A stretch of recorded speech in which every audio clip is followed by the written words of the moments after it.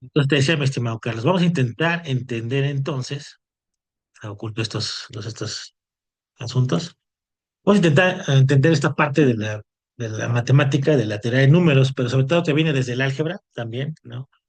Incluso desde la aritmética, atrevería a decir, perdón. Y fíjate, vamos a ver, ¿no?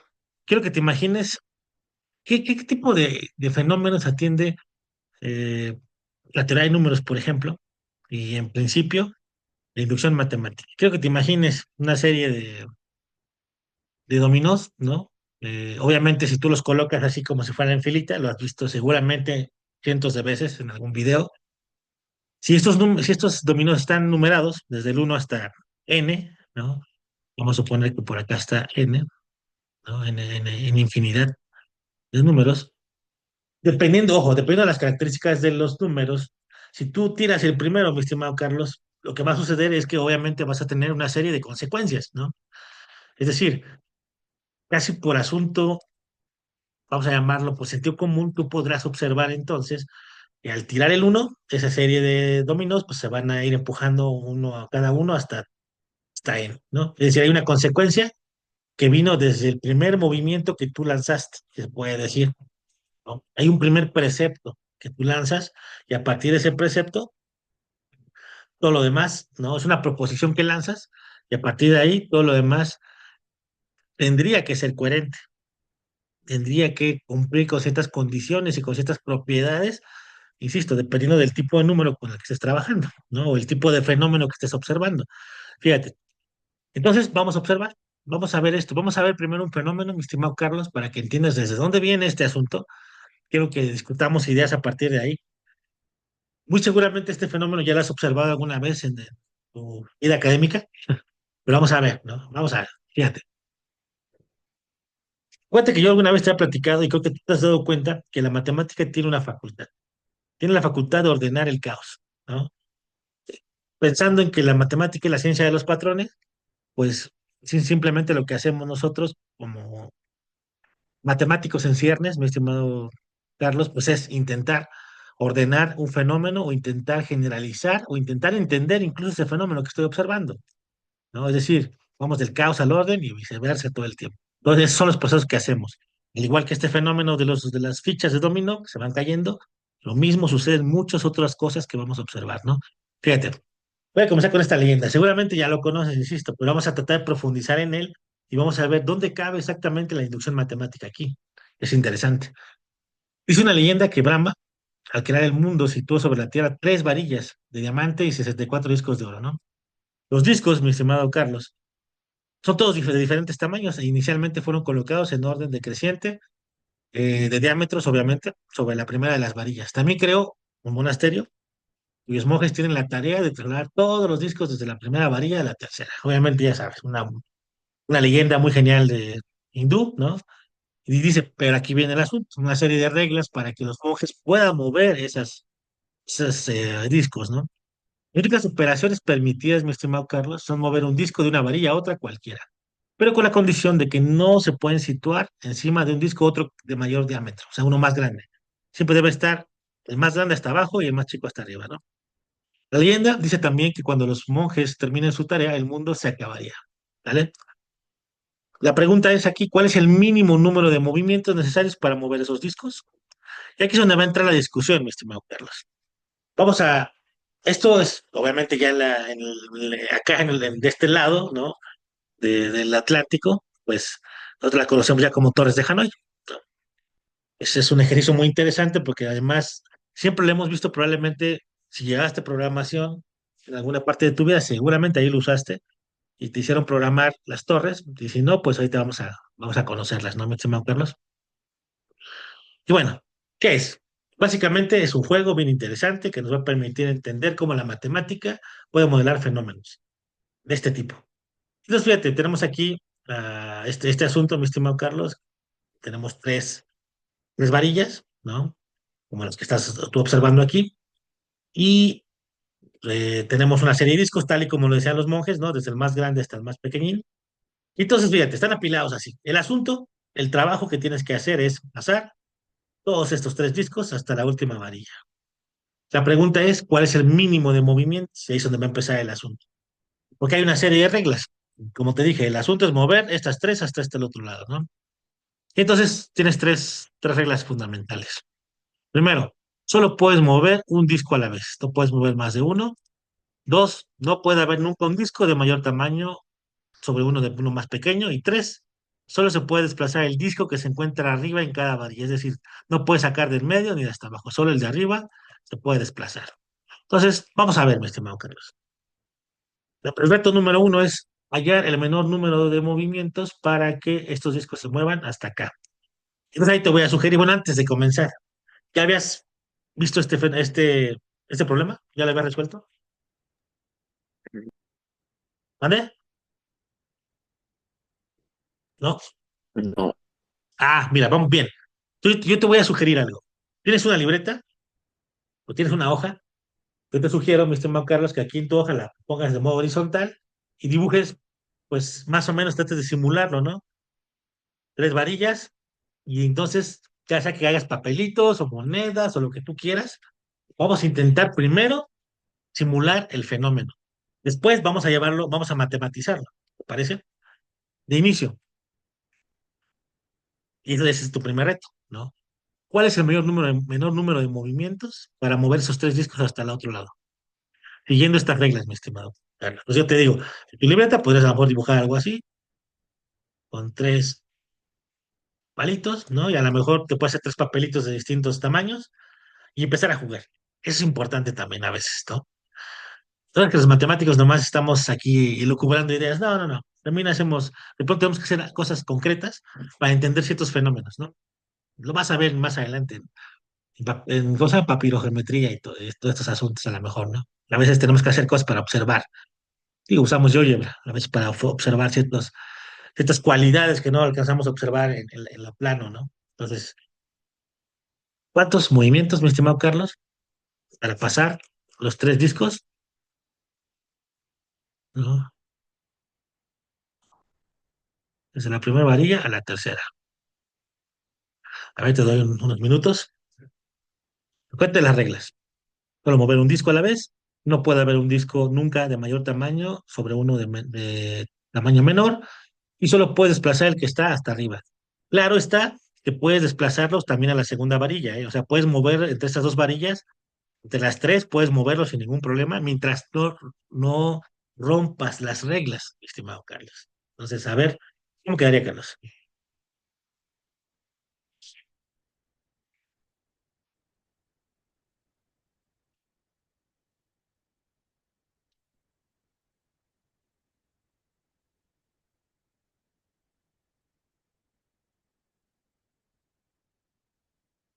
ese pasa el más grande al último y ya los dos se vuelven a poner. Interesante. ¿Cuántos movimientos entonces serían? Me gusta lo que estás proponiendo. O sea, moverías el más pequeñín hasta la última, y luego el segundo, el del medio a la segunda. Sí, ¿no? Y luego regresas el chiquito al medio, y luego el grandote lo mueves a la tercera, y Sí, así posiblemente, ¿no? ¿Cuántos movimientos te darías así, Carlos?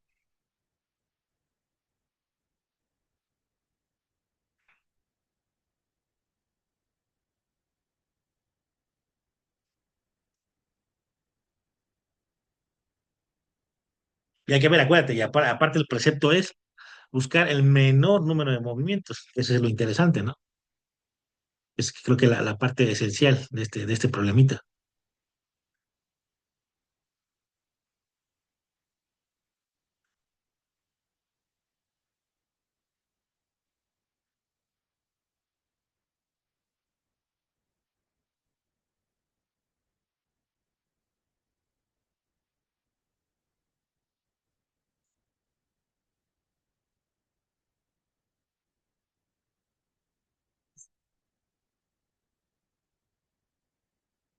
Mira, como realmente mi intención aquí, son siete, ¿eh?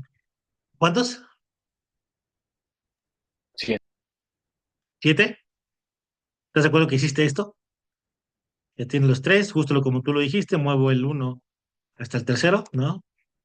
el del medio lo muevo al segundo, perfecto, regreso este hacia acá, ¿no? Y luego ya puedo pasar el grandote, que es la intención, mover siempre el de abajo. Y bien, regreso el del medio, muevo el verde hacia allá, otra vez. Ya puedo mover el rojo, lo paso al último y el último al verde. Muy bien, Carlos. ¿Estás de acuerdo en eso? Entonces fueron 7 movimientos bajo esa perspectiva, ¿no? Muy bien. Ahora, ¿qué pasaría? Porque aquí empieza el asunto. Quiero que te imagines otra vez que esto es un fenómeno que estamos observando. Puede ser algo físico. Incluso podría ser que estemos observando, por ejemplo, asuntos de cuatería, ¿no?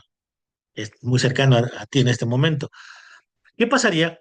Ahora, quiero que observes y que recuerdes muy bien lo que hiciste en este, Carlos. ¿Qué pasaría entonces si yo ahora en lugar de que hubiera 3 discos hubiera 4? ¿Qué pasaría ahora? ¿Cuántos movimientos podría haber bajo las mismas reglas? ¿Cuántos movimientos podría haber, mi estimado Carlos? ¿Y cómo podrías encontrarlo?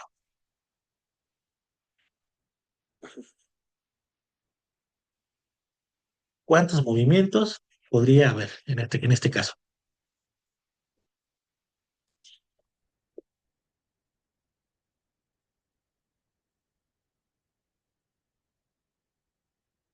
Te voy a dar unos minutos.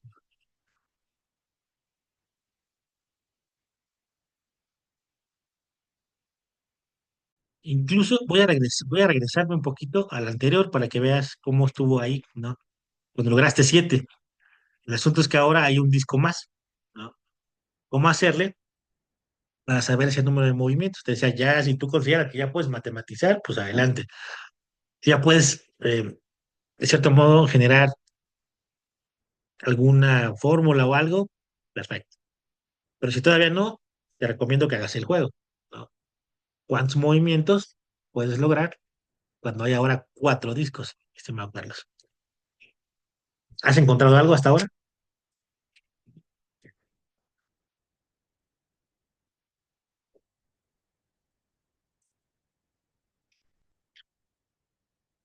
Es que mira, gran parte de lo que sucede a veces en los exámenes que te aplican a veces es justamente buscan que puedas demostrar, o seas capaz de demostrar precisamente este tipo de pensamiento, ¿no?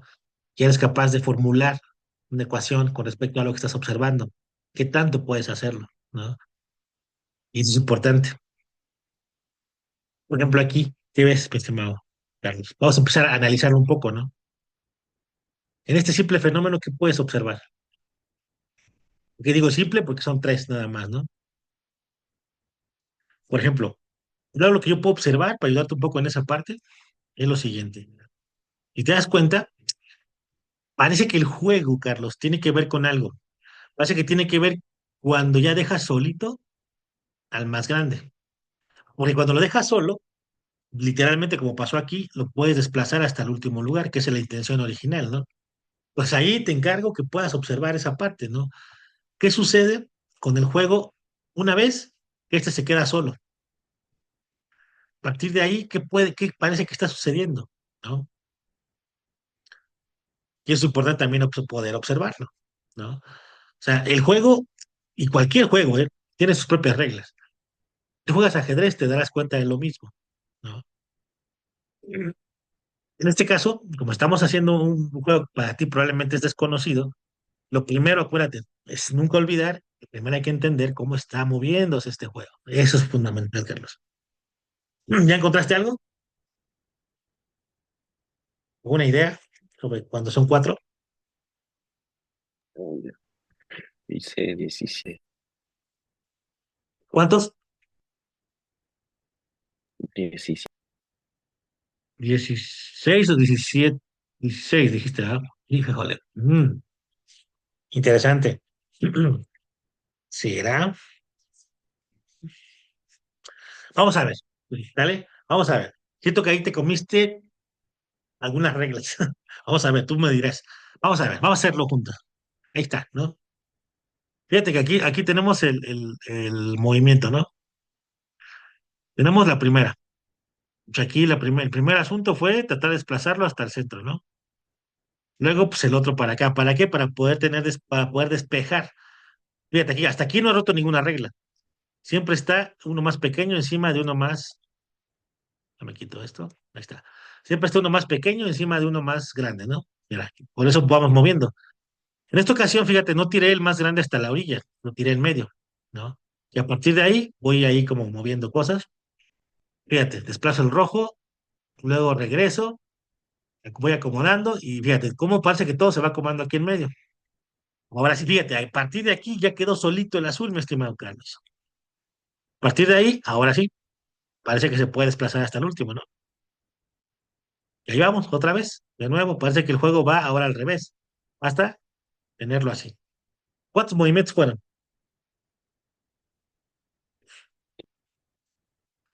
¿Cómo? No te escuché. 15.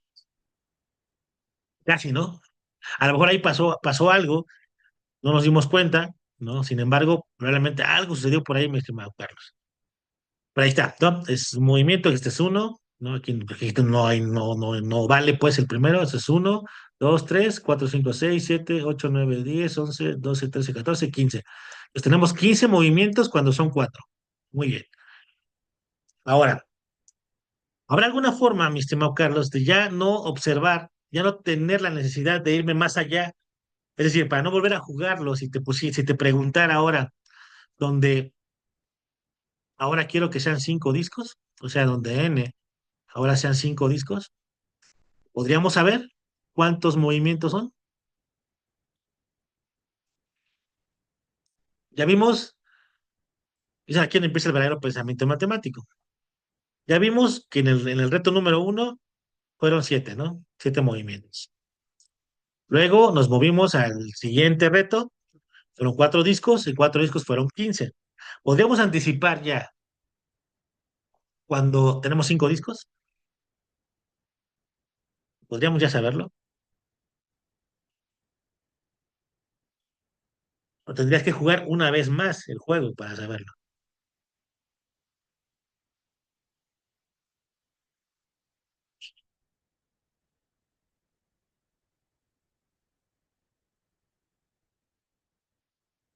¿Cómo ves?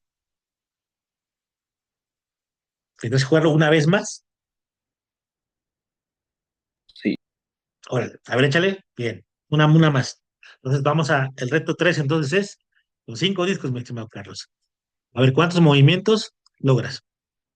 Y te voy a dejar aquí el reto anterior, que fueron los 15 para que puedas partir desde ahí, ¿no? Entonces tú, ojalá ya empieces a hacer pequeñas conjeturas de lo que va sucediendo. Recuerda, es importante también. Como es un fenómeno, cuando ya lo observas determinado número de veces, ya puedes empezar a detectar ciertas cositas, ciertos patrones. Anótalos por ahí al lado que ahorita los vamos a discutir, Carlos. Pues ahí está, y te lo dejo. Y cualquier duda, aquí estoy. Pregúntame. Entonces, ¿cómo estuvo?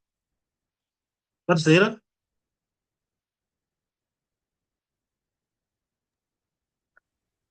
20.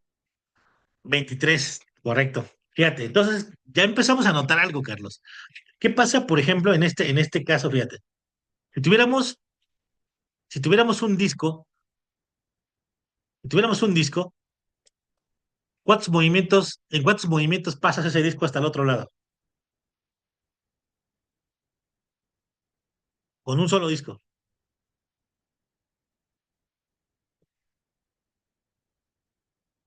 Pues uno, ¿no? Ahora, con dos discos, Carlos, ¿cuántos movimientos serían necesarios?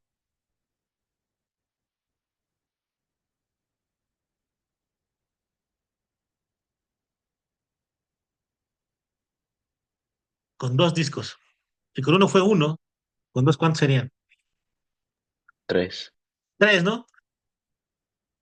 Con tres discos, ¿cuánto fue? 7. Siete, ¿no? Con cuatro, ya vimos que fueron 15. Y con cinco, tú ya encontraste que fueron 23, ¿no? Pues fíjate, ya podemos notar algo, mi estimado Carlos. Ya podemos matematizar este asunto, porque ya descubrimos, parece que hay una sucesión numérica, ¿no? Entonces ya, fíjate, ya podemos hacer esto que hacemos en la escuela. Ya podemos tratar de sistematizar lo que vamos observando y eso siempre es importante para poder llegar a una fórmula que después vamos a intentar demostrar. Primero hay que entender cómo funciona el fenómeno, Carlos. Es justo lo que estamos intentando acá, ¿no? Fíjate, si esto es cierto, ya dijimos, para cuando hay un disco, ¿no?